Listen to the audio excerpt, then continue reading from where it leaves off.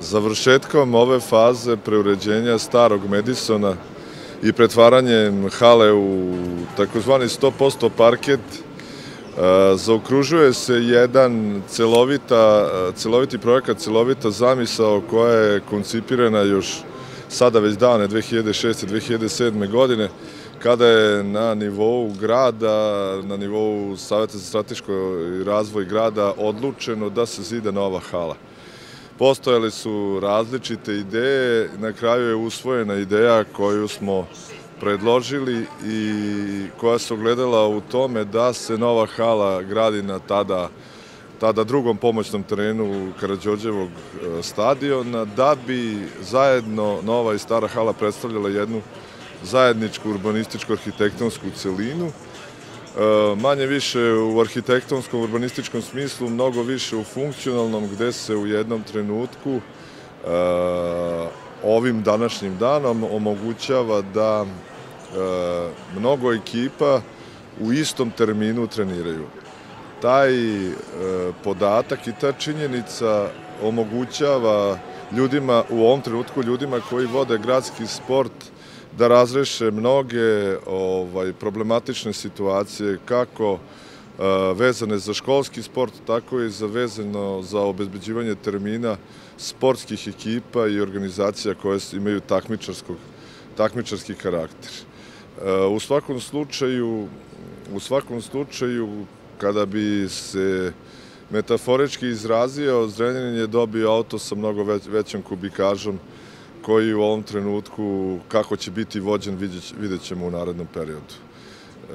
Mislim da Zrenjanin ovim danas što dobija prevazilazi okvire i vojvođanskog i čak srbijanskog sporta u smislu potencijala i kapaciteta kako za rad, tako i za obavljanje takmičenja.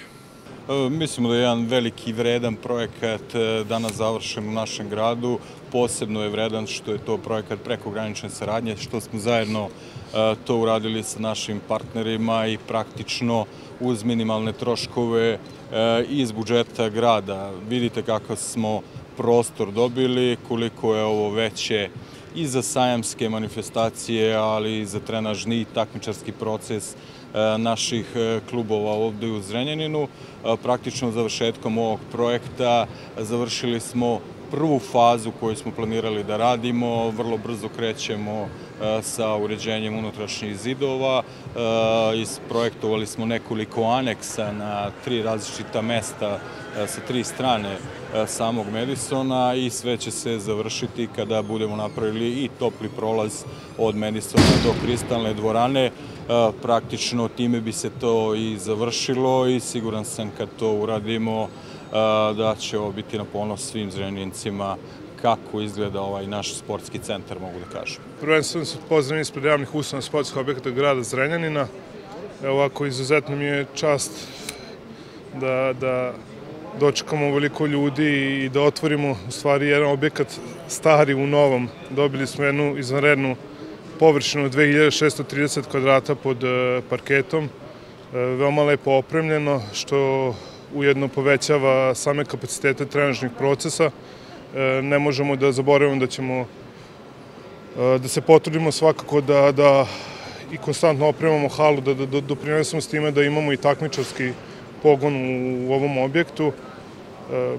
Ništa, samo reči hvale, da se zahvalim gradonačelniku i opštini ljudima koji su se bavili ovakvim projektom i jednostavno obezbedili da mi kao sportske ustanove možemo da prihvatimo što veće kapacitete sportista koji će koristiti istu halu.